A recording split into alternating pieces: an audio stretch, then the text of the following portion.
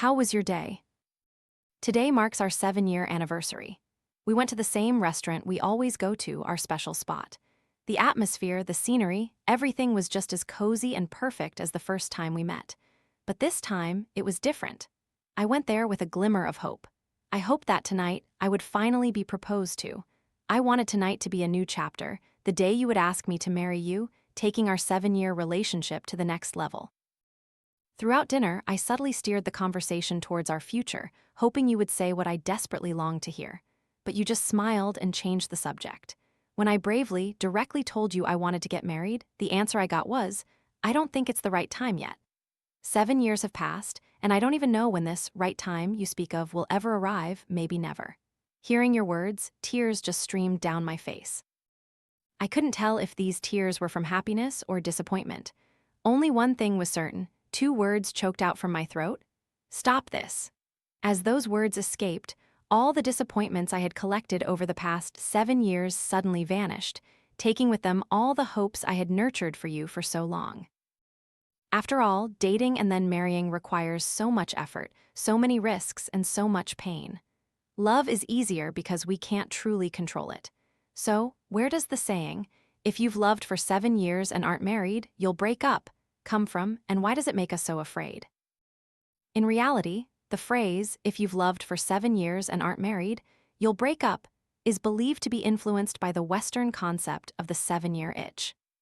This idea originated in the 1950s, famously popularized by Marilyn Monroe's film The 7-Year Itch *, suggesting that after 7 years, boredom or cracks are likely to appear in a relationship or marriage. When introduced to Vietnam, this idea was localized by social media and mass media, applying it to long-term couples who hadn't yet married. In the film, a man finds himself drawn to a young neighbor and begins contemplating leaving his wife in the 7th year of their marriage. The psychological principle mentioned is that most men are at risk of infidelity in the 7th year. U.S. demographic data from that period also showed that divorce rates often peaked around 6 to 7.5 years after marriage, creating this 7th-year peak effect. Initially, this concept only applied to marriage, but as cohabitation and long-term unmarried relationships became more common, people began extending its use to couples who had been together for a long time but hadn't married. Hence, the saying 7 years without marriage means a breakup was born. Although there's no scientific basis to confirm that all long-term relationships definitively end in the 7th year, the phrase's popularity, coupled with the anxious anticipation it creates, has made it an unspoken benchmark in contemporary perception. What factors make a relationship last? Erich Fromm, the philosopher and psychoanalyst renowned for his work The Art of Loving, asserted that love isn't merely a natural outpouring of emotion. The crucial key to enduring love is that it must transcend initial infatuation, becoming a conscious choice that is continuously nurtured. First and foremost, love needs to be built on a foundation of care, meaning always being present, listening, and understanding what the other person is going through. This care extends from moments of joy to times when they feel vulnerable and hurt. Responsibility also plays a pivotal role in sustaining a relationship. A truly loving partner never abandons the relationship when difficulties arise. Instead, they take their share of the burden and seek solutions together. Hand in hand with responsibility is respect, accepting your partner for who they truly are, without imposing your will or trying to change their fundamental nature, while also valuing their personal freedom. Love also demands deep understanding, a continuous effort to learn about each other, from trivial habits to core life values, to maintain a lasting connection. For a relationship to be sustainable, both individuals need to achieve emotional maturity. This means knowing how to curb ego, control anger, learn forgiveness, and not let small conflicts shatter affection. Love can only endure if both actively cultivate it every day.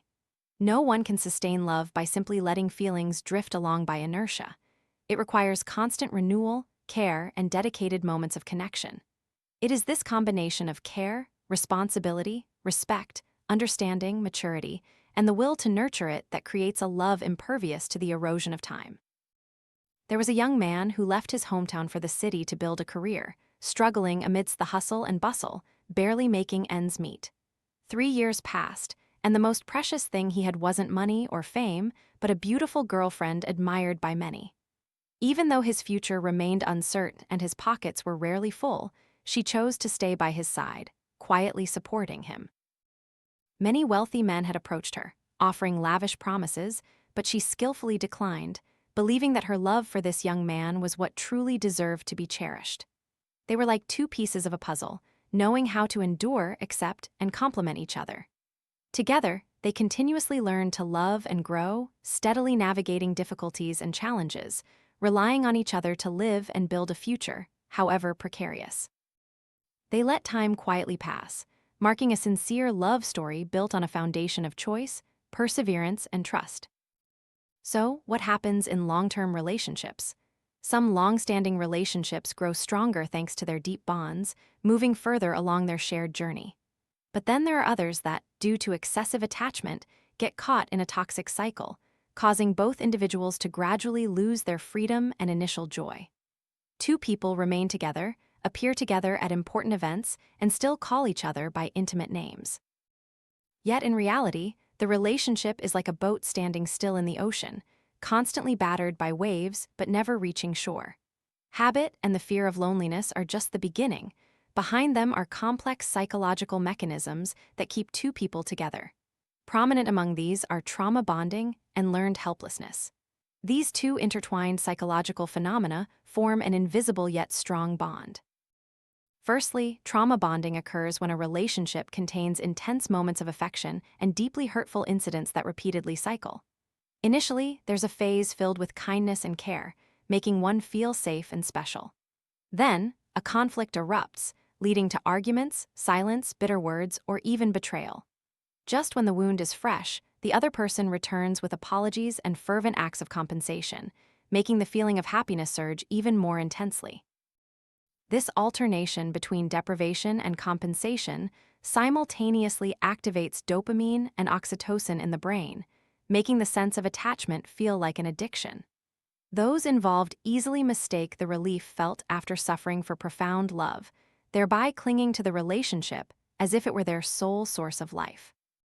A person might know they're being hurt repeatedly, but when the partner returns with that familiar comfort and tenderness that once made their heart flutter, all resolve to leave suddenly dissipates. If trauma bonding explains why we stay despite the pain, then learned helplessness explains why we no longer try to change the situation. When we've tried multiple times to improve the relationship by talking, changing ourselves, setting boundaries, but all have failed, we gradually lose faith in our ability to control the situation. Initially, there's still hope, but after enough disappointments, we come to believe that anything we do is futile. This belief becomes so ingrained that we choose to stay because we fear change, fear the emptiness of stepping out alone.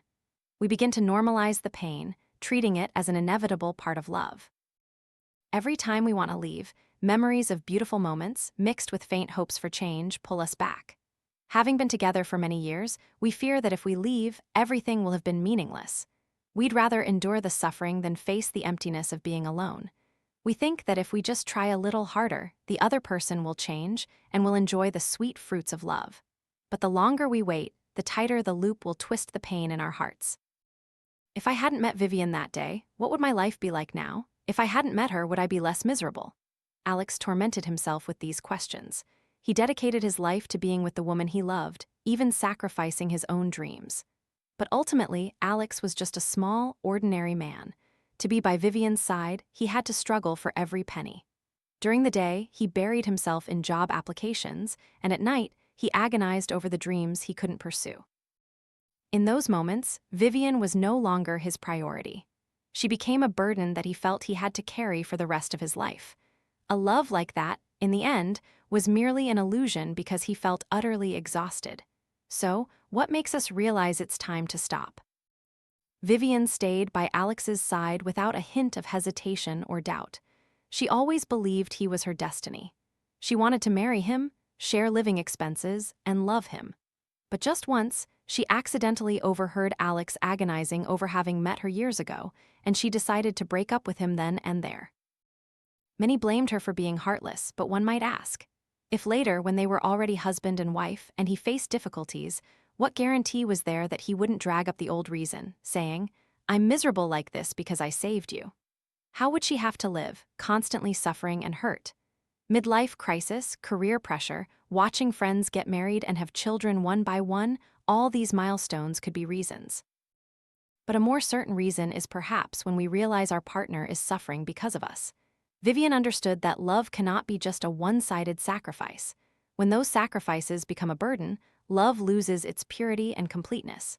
She didn't want to be the reason for Alex's continued pain, making every step he took weighed down by the words, "because of you." Instead of continuing down that path, she chose to stop so that both he and she could find their own way out. People say love is about placing trust in your partner, but Vivian had placed her trust in the wrong person. Perhaps she would be heartbroken, perhaps she would suffer many sleepless nights, but at least she knew she had prevented a greater tragedy from unfolding later. In love, doubt can sometimes be a self-preservation instinct, because if the heart felt cracks from the very beginning, stubbornly holding on would only deepen those cracks into an abyss. Vivian chose to break up not because she didn't love Alex, but because she wanted to protect love itself. To protect that love from turning into shackles. Initially, we might believe that with just a little more effort, a little more patience, love will progress. But when we look deeply, we realize we've been stuck in the same place for a very long time. What we call waiting gradually becomes procrastination. As time passes, instead of feeling secure, we lose our direction. Most importantly, we no longer see our own reflection in the other person's eyes. If before we saw love, trust, and hope, now all we see is civility and distance.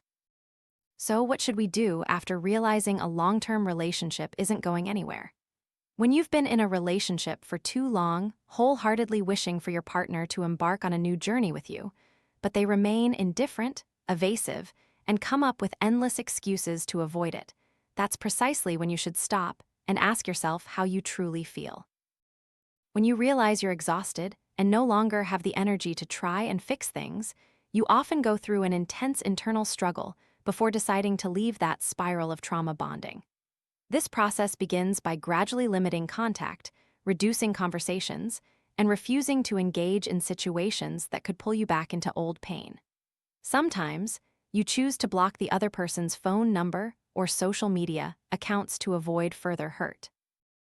You silently withdraw, allowing the other person to understand that the connection between you has truly ended. During this phase, you also focus more on yourself. After a long time spent pouring energy into maintaining a toxic relationship, you realize you need to take better care of yourself. You seek activities that help restore your spirit. Exercise, learning a new skill, traveling, or simply spending time with family and friends. The goal now is to fill the void, to rebuild the life you had previously neglected. There will also be times when you face feelings of loneliness and emptiness. This is normal, as cutting off a familiar part of your life always leaves gaps. But instead of fearing this feeling, you learn to accept it and use it as an opportunity to understand yourself better. Time gradually helps you realize that no longer being caught in the cycle of trauma bonding is a liberating step.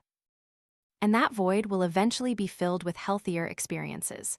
Once you've truly let go, you no longer search for reasons to go back. You know that a relationship is only worth maintaining when both people want it and both put in the effort. Leaving is not a failure but a powerful declaration that you deserve a love that doesn't deplete you. A relationship where the bond is built on trust and respect, not repeated hurts.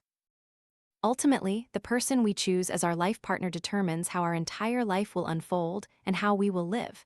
It's not about 1 year, 2 years, or 7 years, but about a lifetime. 7 years of knowing each other is neither too long nor too short. It's just enough time to know whether to continue or not. We can love that person with all our heart, give them our trust, tolerance, and even sacrifices. But that love cannot endure if we only ever see effort from one side. If one day we realize this love no longer fits, when the warmth has grown cold, and the eyes of the person opposite us no longer reflect us, then perhaps it's time to let go. Because a relationship is only truly worth pursuing when both people share the same mindset, share responsibility, and both want to make it better. And if you must part ways, walk away with serenity, because you have loved completely, given everything. And now, you choose to keep your heart whole, to continue searching for a love you truly deserve.